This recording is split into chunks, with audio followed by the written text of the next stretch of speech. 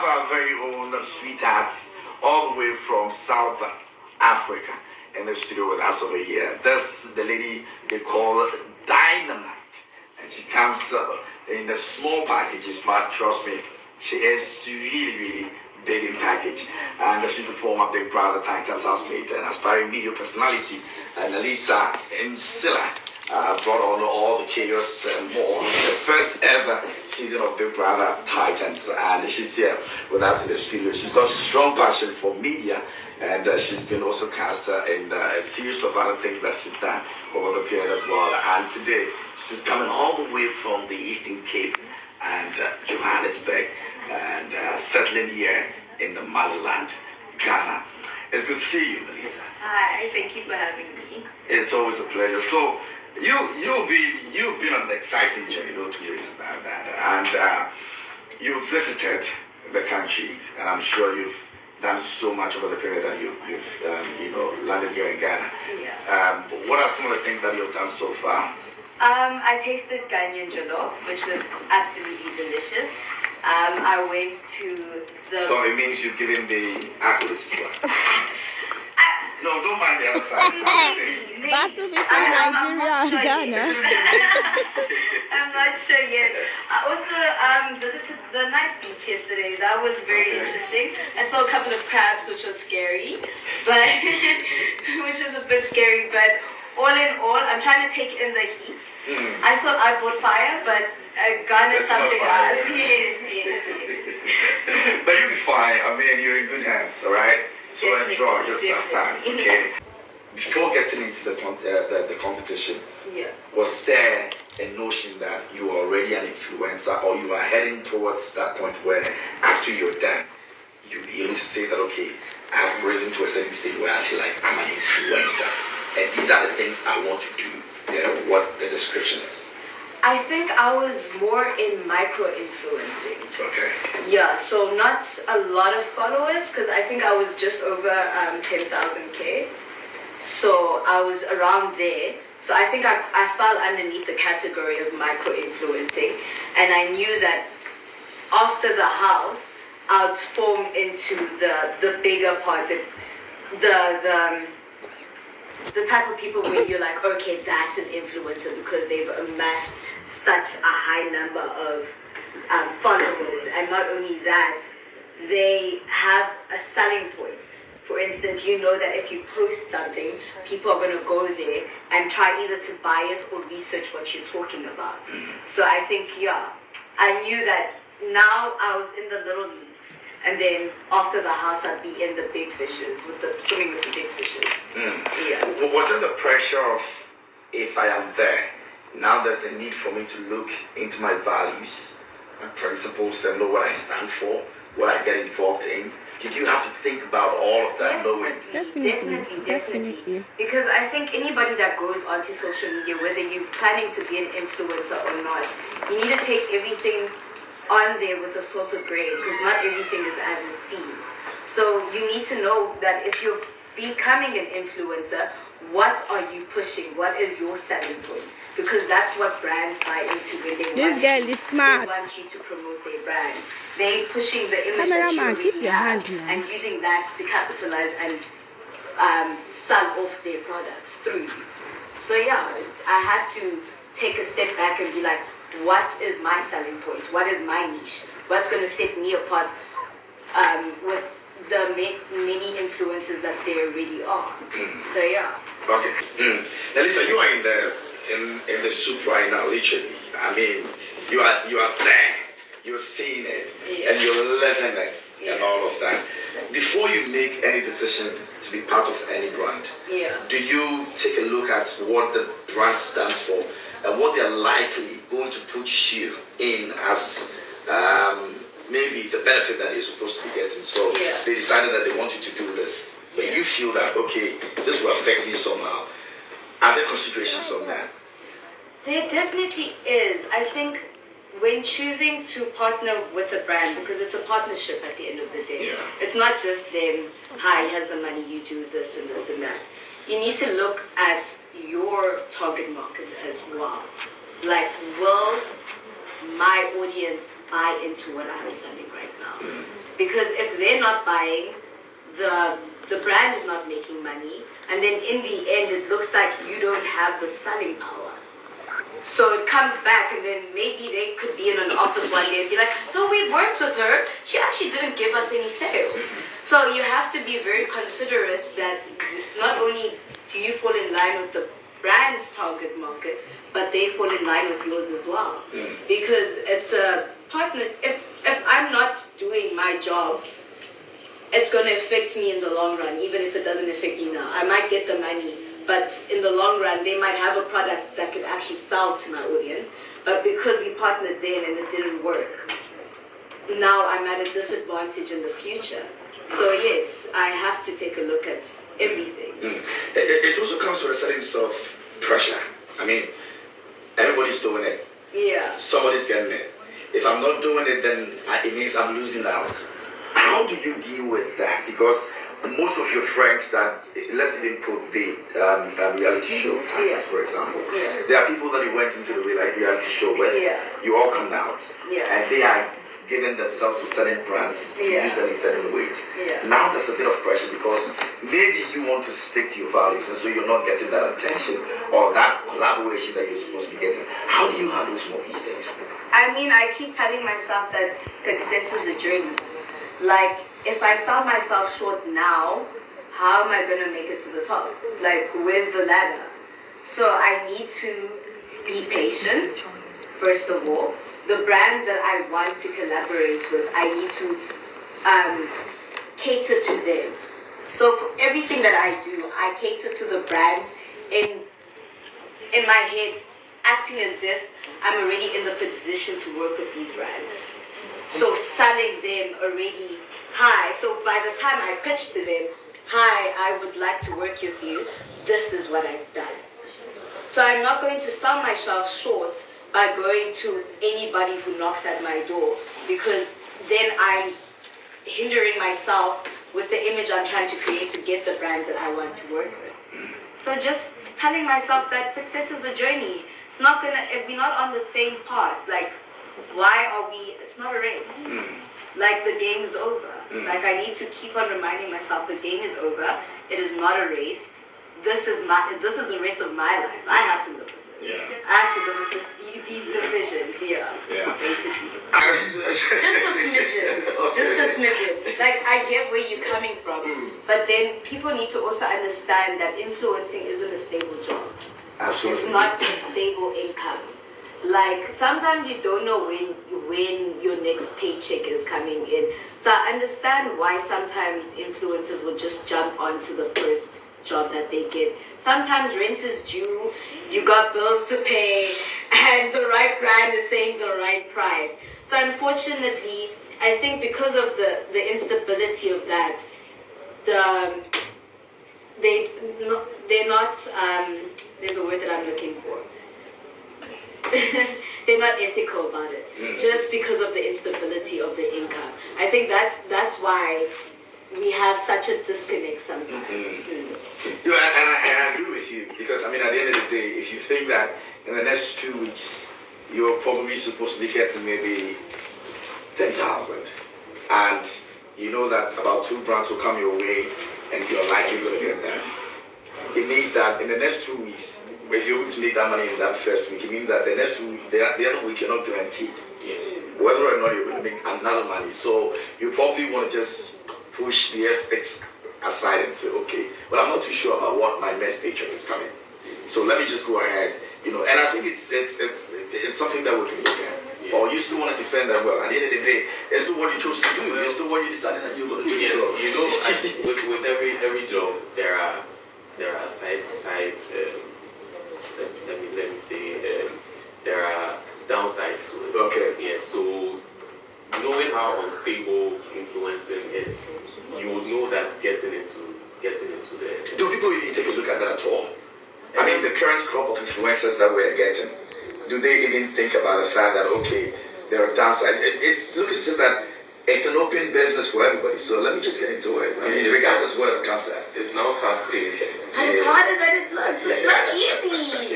It is not easy. I think people look and think that influencers just wake up and take their phone and post. It is not that easy. There's a lot of work that comes behind the scene. So what ends up happening is they get into this industry, they don't know anything of what they're doing. Now rent is due, and they need to like do whatever they need to do to make sure that they have the money in their bank account, and then it's a cycle all over again because nobody knows exactly what they're doing. As he said earlier, that a lot of influencers have never taken a class or anything. I think the only luck that I have on my side is I studied digital marketing. I went into strategic communications. Yeah. So I kind of know the basis of where I'm going, even though it's not as fast paced as my fellow housemates me. But like I've got a layout that you want to follow through.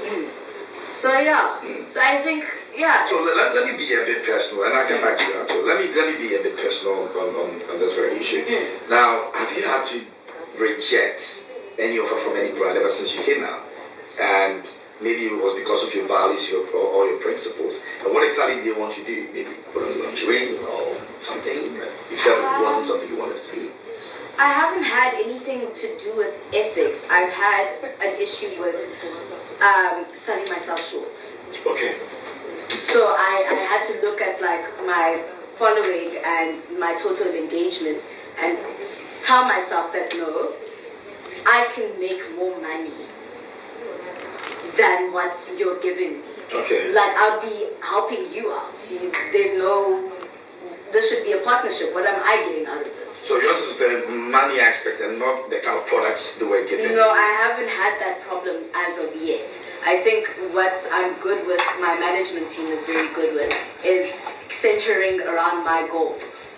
So everything, they will only push ideas that center on my... Maybe there has been an ethical thing, but I just don't know it. Because they will always only push brands to me and be like, hi, Nelisa, I know you said you want to do this and this and this. We've got a brand that will put you in that line.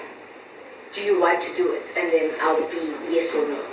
Okay. Yeah. So you were developing the point on that as well. She raised the point I want to address. So one phenomenon we've come to see now is most of the influencers try to gauge their worth on their following, which is a very wrong metric. It's a very wrong But that's the ultimate. It's a very wrong metric, and I'll give you an example. Okay.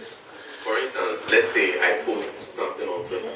You know, Twitter has a view count. Yeah. So I post something on Twitter and I have 100,000 people viewing that tweet. And in that tweet, there's a video. And in that video, I also have a view count there. So I see that only 10,000 people got to watch the video. 100,000 people have seen the tweet, but 10,000 people watched the video. That is your conversion rate. It means that when you put something out, it's only 10,000 people who actually act on it. So that's a 10% conversion rate. Now, out of that conversion rate, that 10% now becomes 100%. And then you will have to find the people who would go the extra mile. So maybe in that video, I'm saying log on to a website. How many people from that 10,000 move to the website? Yeah. That is the actual conversion rate, and that is the actual thing you base your worth on. Yeah. But most influencers try to say, oh, I have 1 million followers, so a follower is 1 seed. But meanwhile, They charge you for a follower. They charge you for a follower. But meanwhile, maybe probably 20% of that following haven't had access to internet in a week. Yeah. They haven't been online. They haven't seen it. And probably the post you are trying to make is transient. It's very time sensitive. So they need to look at it within a certain time frame. Probably you are doing a sales promotion, which is running for 3 days. And in a week, they are not able to log on onto the internet. They've missed that window. You haven't had your actions met. So that is like one of the very, very serious challenges that most brands are facing now. With how So that's I want to say something. He's actually right, because your followers obviously don't equate to the amount of selling power that you have. But I think one thing that brands often forget is not everybody with a large following is an influencer. Okay. I think that's where everything gets misconstrued. An influencer is somebody who has the power to promote a product and sell it. Just because you have a following doesn't mean people want to go buy the products that you use. So I think that's where the misconception. So in this case, the image behind the following is also important. Yeah. So Because people would want to go the extra mile because of the personality and not the following. Yeah. As long as you say you are in the public's eye, you're representing a certain brand or image, you have to know everything. And so don't come and be telling us things that we feel like, we thought we were better. At the end of the day, social media, you can always log off. If you don't know what you're talking about, log off. You can actually log off. Like, Yeah, I think you're the part of trying to make money on that. I know, but like, I'm very big on social injustices. I talk about a lot. And I think my management sat me down and they're like, Nelisa, you need to pick and choose what you want to talk about. So that when you do talk about these things, we are up to date on what's going on in the world.